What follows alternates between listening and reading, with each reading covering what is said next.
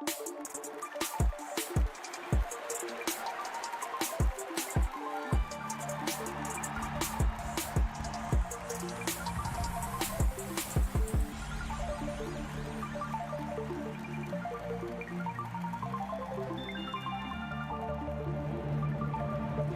morning, Seattle! We are live here in Climate Pledge Arena.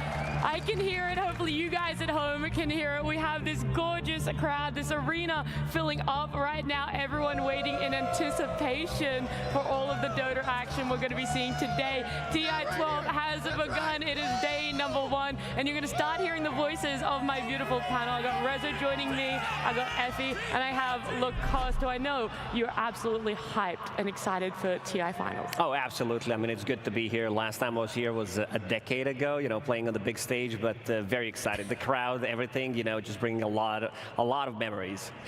That was a long time ago. It really was.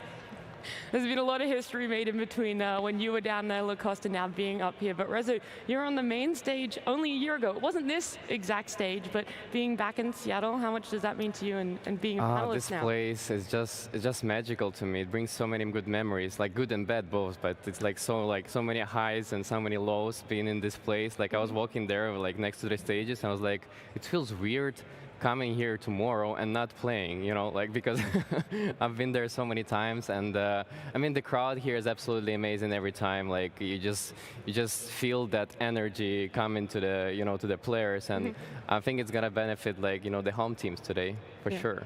Was it a different set of nerves for you last night and this morning, knowing that you're going to be here in front of this crowd, that we're going to be watching Dota but not going to be playing the Dota? I still get nervous actually, going to the panels, because it's very different thing that I'm doing, right? Because I'm talking instead of playing, and I'm showing different set of skills. But I'm enjoying it a lot, because I get to praise players. I get to talk about I get to be the voice basically for the game. So that's pretty exciting. And what about you, Effie? What are you most excited for this weekend? Not even just today, but overall this weekend. It's our final weekend, and we have 3 days of action. And outside of watching really good Dota, I just want to hear the crowd yell very loudly, because there is nothing like watching Dota 2 when everybody is cheering. Nothing compares to that. I mean, every game that you watch is so elevated just by the sound of the audience. So just ready for some really good Dota. Yeah. And Lacoste, the 10 years, they've gone by for you. Do you still quickly, yeah. Quickly, yeah. I couldn't even remember that it was 10 years. Does the crowd still make you nervous as well, or are you like, okay, now scream for me, make some noise? Oh, absolutely. They don't have to scream for me, but they're going to scream for really good Dota. I couldn't sleep last night. You know, I went to bed at 9. I was already tucked in, watching some movie, trying to fall asleep, and then I woke up 15, 20 times. I'm like, yeah, this is not happening, But every single time, you just get too excited about it. Yeah, kids on Christmas night is what it feels like, but it's day number 1. There's plenty of stuff to still happen for us. We love the crowd, but 2 people that love the crowd more is Slacks and Tsunami. That's right, we're standing here in the Climate Pledge Arena right now. So many TI memories have been made here in this rough location, but not this venue before. This is new ground. Absolutely new ground. I cannot believe how packed this is. The gamers have showed up. Show it off. Feels good to be home. Have you been to a TI before? Yes, I've been to 3 of them. 3 of them here? Yeah. Which ones? 6, 7, and 8. 6? What? 8 wasn't here, but... Okay, don't bring that one up. No, 6. How's it feel to be back home? Oh, it's so nice. So nice, yeah. This is awesome. I'm sorry about the team secret there, my friend. Any words? If Puppy gets the squad back together, he'll win it. All right. Anyone else been to a TI before? Seattle TIs. Seattle TIs. Oh, you got tons of badges over here. This man's he's been 7, 8 in this one. Whoa! Oh, show that off again. Show the people. So you've been to so many. What's your favorite TI memory of all time then? EG winning for sure. Any North American Dota fans? Who are you rooting for this year? Gaming Gladiators. Gladiators, all right. Ooh. Why are you guys booing? Slacks, anyone else out here? All right, who else we got? Has anyone been to something before TI 6? Oh, what do we got here? Hello. Out of my way. That's good. Yeah, brother. What TI were you at? TI4. TI4. That's an ancient one, huh? Yeah, we were 15. When you were 15? Yeah, we just drove right down. How old are you now? 27. Wow. The math adds up. Does your back hurt? I mean, actually, no, because I got the Tide Hunt. Oh! That one's for free, baby. All right, check's in the mail. There we go. All right, has anyone been here before TI4? Yeah, let's go real back in time. Oh, my. TI3, maybe. TI3. We got TI3. All right, there's only 2 people. Okay, I'm too lazy to walk up that many stairs. Hello, so what TI were you at? TI3. Oh, no. Oh, no! Why are you here? Why are you here? Shut up. Okay. They're still paying. All right, go see Neil. Go say hello to Neil. Do your thing. Please. Hi, Neil. Blink twice if you need me to save you from slags. It's okay. You can do one more. Round. Casey, what's your favorite TI memory of all time, or TI3 specifically? I think being such an idiot about Dota and still having fun with the way the community was so welcoming. So Michael's skills and having people instead be like, hey, you dumb bitch. They were like, ha-ha, you tried hard. And it was fantastic, and I've loved it ever since. We're a very welcoming community. That's a famous thing about Dota, and I'm sure maybe you were working by yourself for TI3? I gotta say, working by myself for TI3 is a highlight. Yeah. Unbelievable. Can you guys believe she's still alive? That's crazy, guys. All right, well, it's so good to see you again. All right, back to panel. Thank you, guys. Bye. I mean, crazy. We're going to have to try and save slack for Casey there, but it wouldn't be a TI at all without Casey. So it's so great to have her in the audience, having her appear to, of course, all of that applause for Casey there, and definitely just running up the bit there, making sure Slacks knows his place, that sometimes the solo venture is a little bit better than a duo with Slacks. I like that bit. So many shots were fired, like, and the guy with the Tide Hunter, like, yeah. It is a skill shot. Like, oh my God, it's amazing. I love this. It was beautiful there. Do you guys have a favorite TI memory? You got many under your belt over there, Lacoste. Hard to choose. I mean, it's just a celebration of our community. Every single time it just feels magical, so kind of hard to choose one moment. Mm-hmm. For me, it was definitely beating EG and going to the finals. Oh, so you want to do the inverse. We had someone in the audience, he's like, my favorite memory was EG winning, and yours is beating EG. Beating EG, yeah. All of Roman's memories are, I remember that time the crowd cheered for me when I stood in for Empire, etc. I think my favorite memory has to be, TI3 Grand Finals, Na'Vi versus Alliance. It's probably the most iconic moment of Dota for me. Yeah, I'm going to be the cringiest person ever and say my favorite memory is the one that we're about to make today. It's going to be a lot of fun. I had to throw that one in there. We got Casey back, and she had a lot of fun catching up with some fans, getting to have some conversations with them.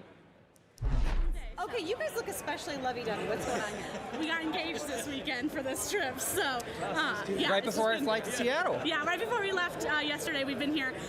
So she could wear the ring all weekend. Let me see the ring. It was my aunt's, so it's a family ring. So he got it resized and everything on his own. And We've been so excited for this trip. Yeah, we've known each other since high school. Been dating for 3 years, so it's about time.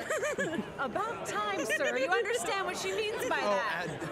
You're telling me. What's the best part about coming? I mean, actually, I just got you like 2 minutes in, so maybe you're just not quite sure yet. We're excited for the Crimson Skins. Yeah, the Crimson Witness cache.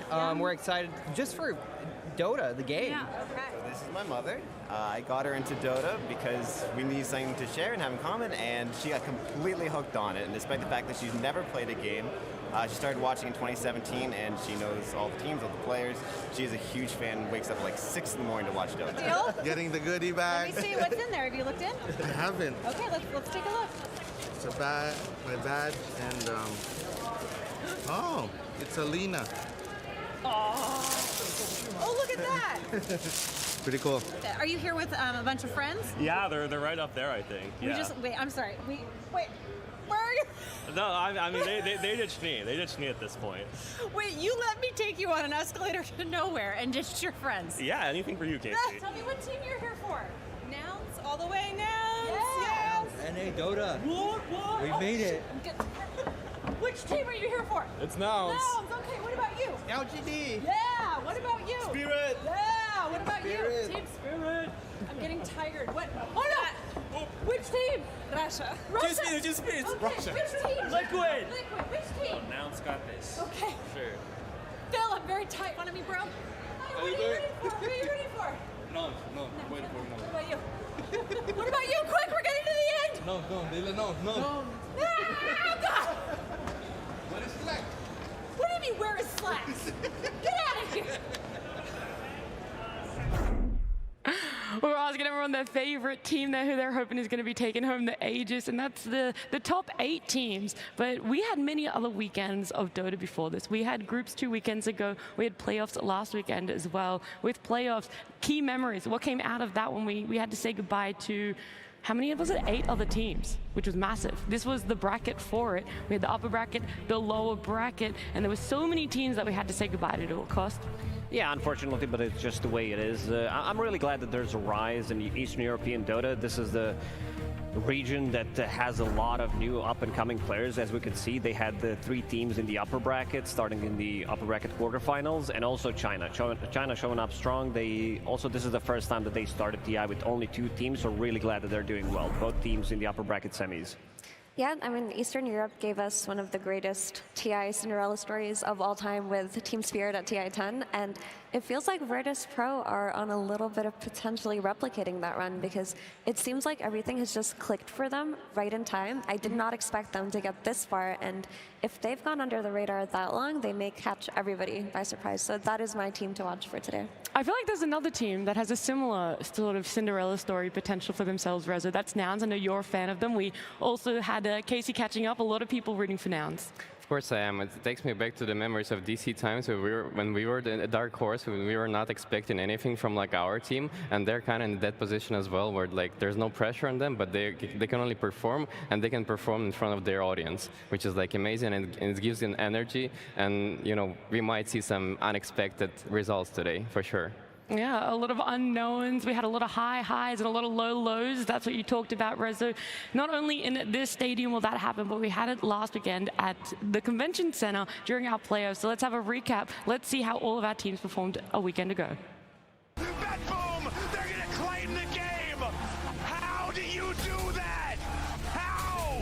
Gabby leads him with the Southern guy, but Kyrgios just steps up and absolutely rips apart. Big blast. Ice blast coming in with a great catch onto pretty much the entirety of them. Stormstormer goes down. Double kill for Kyrgios. He's ready to look for the cleanup here. Diving into the tower, looking towards Watson. Triple kill for Kyrgios. He doesn't even go down the Watson.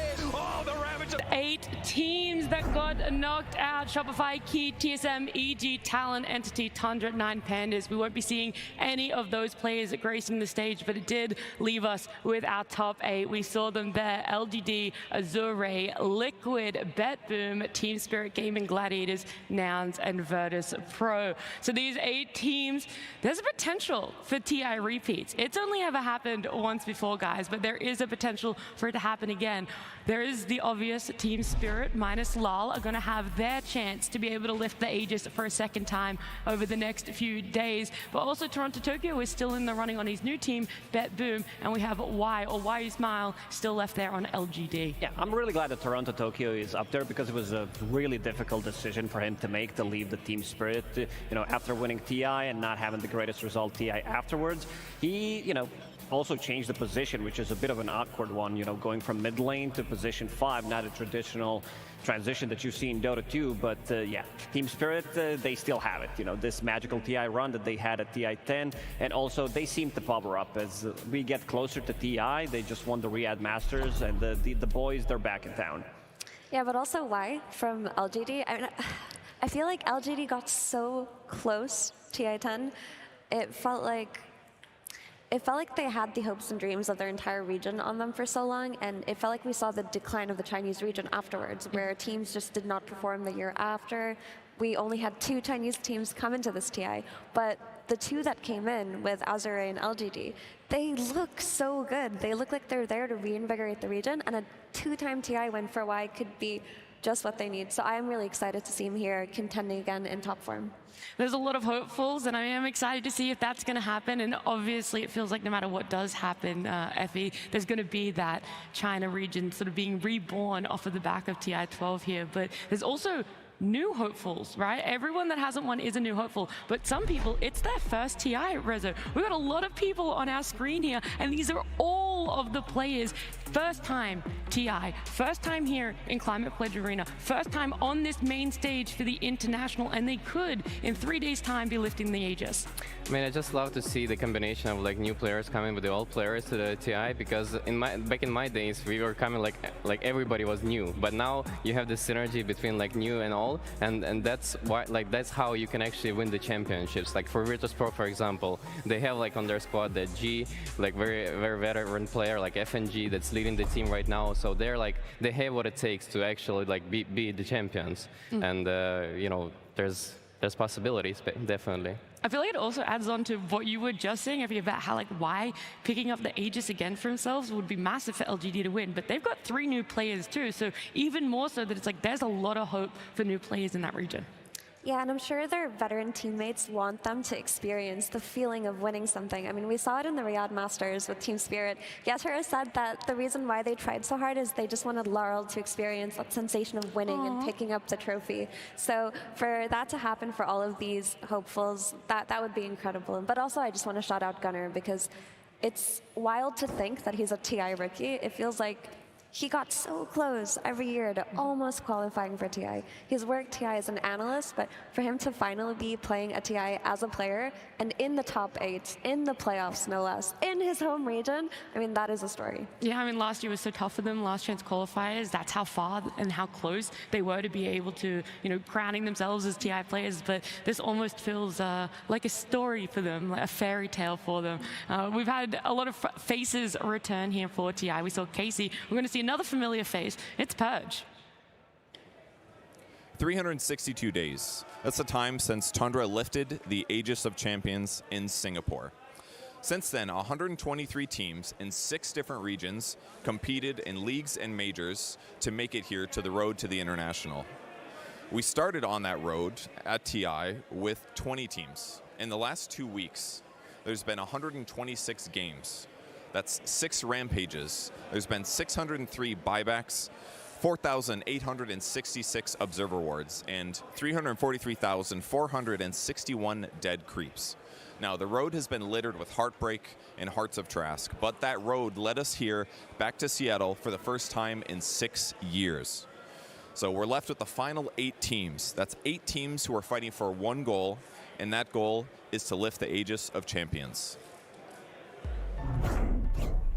Purge giving us all the numbers there, and I got some more numbers for you. That's the times that we might be seeing our teams playing. It's our schedule for day 1 of TI-12 Nouns Gaming Gladiators. We're starting up with that elimination match. It's going to be followed up with another one between Bet Boom and Virtus.pro. We're going to then shift to the upper bracket. We have Team Spirit against Liquid. We'll see if they're able to rival each other, and then LGD Azure going to have that interregional China showdown. It's hard to choose which one is going to be like the most exciting one, because all of these are bangers, you know. The interregional matchups, they might be, you know, people think, oh, they're not going to be as hype. But for me, LGD against Azure Ray, this is going to be the hypest one, because they didn't get the chance to play as much, because Azure Ray, they formed during the 3rd DPC tour. So I want to see, you know, who's going to be the best Chinese team here. And it's not just that, it's old LGD versus new LGD, right? So there's always that kind of, you know, sense of arrogance and wanting to prove that you are the better version of that team. And we see this a lot with interregional rivalries. We saw it in South America when EG and Beast Coast had their big roster shuffle. And they both wanted to prove that we are the best players in this region. We're better than you. So I feel like we're going to see that with LGD and Azure today. A lot of pressure on the teams for today. Hopefully they're not putting it on themselves, though, as they did arrive earlier this morning. They were walking on the red carpet. We see all of our teams trickling in there. What sort of emotions does that bring back for you, Rezo? That's pretty cool. Like when you walk in on this red carpet, like you feel like you're a success. You know, people are watching you. People wanted to see you like walking on that stage, playing on that stage. It's a very incredible feeling, to be honest. It was nice to hear some of the audience as well cheering when they saw the players that they're obviously here supporting, walking up as well. So we know the players are in the building and they're prepping themselves up for the day that is going to unfold for them. And any big matchups that you want to highlight, Effie? Lacoste couldn't pick, right? Lacoste couldn't pick over there. He's an undecided Andy. Yeah. Outside of the one we just talked about, I mean, I feel like we have to say this Nouns Gaming Gladiators match has to be the one to watch. I mean, not to be biased because we're starting the day with it, but it could be one of the biggest upset in TI history if Nouns, a team that nobody expected to make it this far, didn't have a good year, knock out the team that won every major back-to-back this year. I mean, that would be a crazy story. They have it all lined up for themselves. They just have to get over that last little hurdle, that bit of actually winning the series. We're not up to it just yet. I want to talk about this 4-day break, okay? Because Gaming Gladiators announced they're going to be the first team going in. There's always an essence of calming the nerves if you're seeing other people on stage. If you see other people experience it first, that you might be a little bit in a saner headspace. But 4 days break, how does that alter one, Reza? How do you take such a big break off after playing for 1 day in playoffs? I mean, I think there's also a struggle of like teams finding opponents, right? Because like you don't really want to show your strategies, and you get to pick like only a few teams that you're like like on the different side of the bracket, so you can practice your things and without worrying that people are gonna steal them or anything like that. I know for gamings, for example, they didn't want to scream like many teams because they thought they would, they teach other teams like how to play better instead of like they're improving because they're already like at a very high level, right? So it's definitely like a struggle for teams to have that practice during those 4 days, but it also a very like good time to be creative and find some other strategies that can like find like, for example, counter picks to Bristleback or like to Primal Beast, these heroes that are in the meta, like find some different unique approaches to them. How would you spend your 4 days if you were coaching or as a player, Lacoste? It's not an easy one because these 4 or 5 days, I think it benefits these more established teams like Gaming Gladiators because they're the team that was studied the most throughout 2023. They were the team that, if you wanted to win a tournament, you needed to be prepared to meet the final boss of 2023. And Nouns, they've also been a team, I like to call them the hipster team of Dota because they like to experiment a lot, playing all of these new things. So I'm pretty sure that in these 4 or 5 days, they managed to, slip a couple of these heroes that we maybe haven't seen. And they're going to be able to put them in the series against Gaming Gladiators. Yeah, I mean, I feel like this 4-day break is really interesting because when we have these really cool Cinderella type runs at TI, it happens because nobody has time to prepare for the team that suddenly shows up. But 4 days puts a wedge in that entirely, right? And then it becomes about your preparation. It becomes about your draft notes, how well you're going to go into a series in terms of how you're going to respond to their heroes, how you're examining them over the next few days, and how your players do personally, because that would change player to player on how they can reel in their emotions, if it makes them more anxious to wait before they play, or if it makes them more calm. So there are a lot of variables that we're not used to seeing. So I have no idea what's going to happen today. I like that you did mention the draft prep, though, because I did some prep myself. I looked at some numbers, and I was very surprised at the changes between groups and playoffs. And I wanted to see if you guys thought there might be some changes between playoffs and groups of heroes that we're seeing. So between groups and playoffs, AA went from a 28% contest rate all the way up to 65%. So jumped massively. Bristle as well was already pretty high at 62%, went up to 92%. Whereas Venge went from 46 down to 7.6%. I think the correlation between this AA and Bristle has like a lot of in common because AA is a counter to Bristleback, so this is also the hero that everybody's tanky, so you want to be able to burst them down. And Bristleback, I think a lot of teams throughout the tournament figured out, this is just OP. We don't know how to counter it, so most of the time you'll see Bristleback being banned because it's so difficult. Like a lot of teams do manage to sneak it in, especially Gaming Gladiators in their last series that they played. They played it 2 times and they looked amazing with it. I like how Liquid approached the Bristleback. I was talking to Blitz, and he said, like, Zai said in the game that we're gonna kill this Bristleback 10 times before he gets to the items, and they like managed to try lane, or even like four people bring on his lane and like keep killing jobs in that game. So that's the only approach they knew how to, like, you know, how to stop that here. But basically, AA has a unique mechanic of like stopping the region, and because like it's meta of Heart of Tarask, right? You guys like stopping this item from being useful, and that's why like this hero is in top.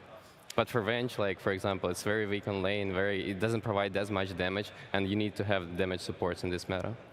Yeah, but I'm also just really glad that you brought up Vengeful Spirit kind of being shafted a little bit, because there's this interesting phenomenon that happens every TI where the group stage meta, if it's being played online and not in front of a crowd of this caliber, or even the crowd that we had during the Road to TI playoffs, which was not at this scale, but still quite nerve-wracking, a lot of teams will shift from these single-target, individualistic type of heroes to teamfight.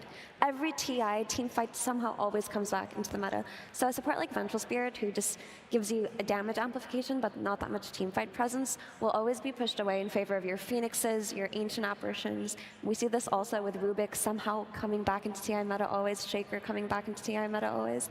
I feel like it's just how teams reel in their nerves. You simplify Dota, you play for team fights, you play for the big plays.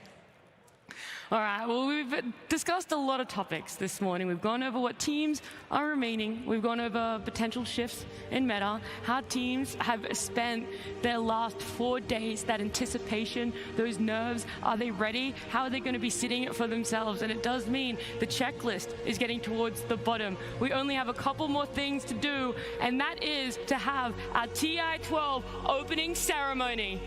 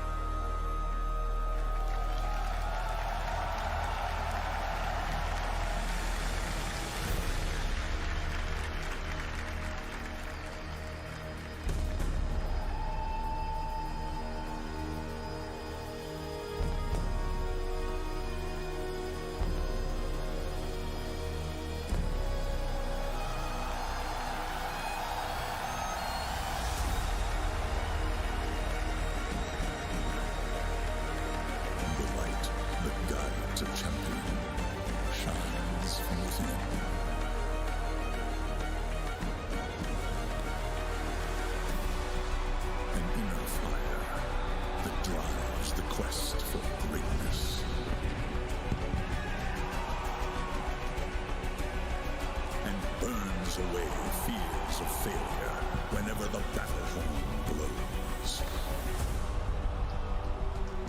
It feeds conviction to explore beyond imagined boundaries, to find new standards of excellence and carve a path to victory like we've never seen before. The road is filled with fallen adversaries, but the battle for the Aegis endures. And those who remain will fight to show everyone legends don't follow in the footsteps of others.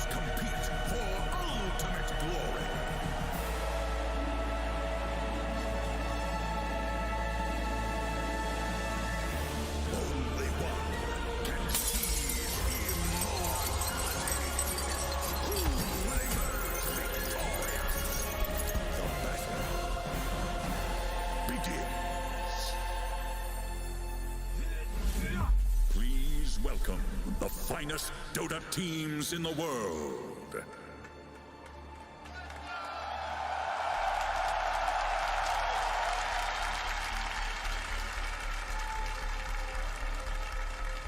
Game in Gladiators.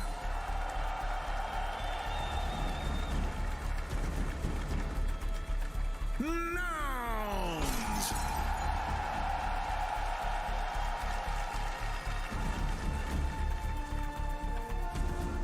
Boom team.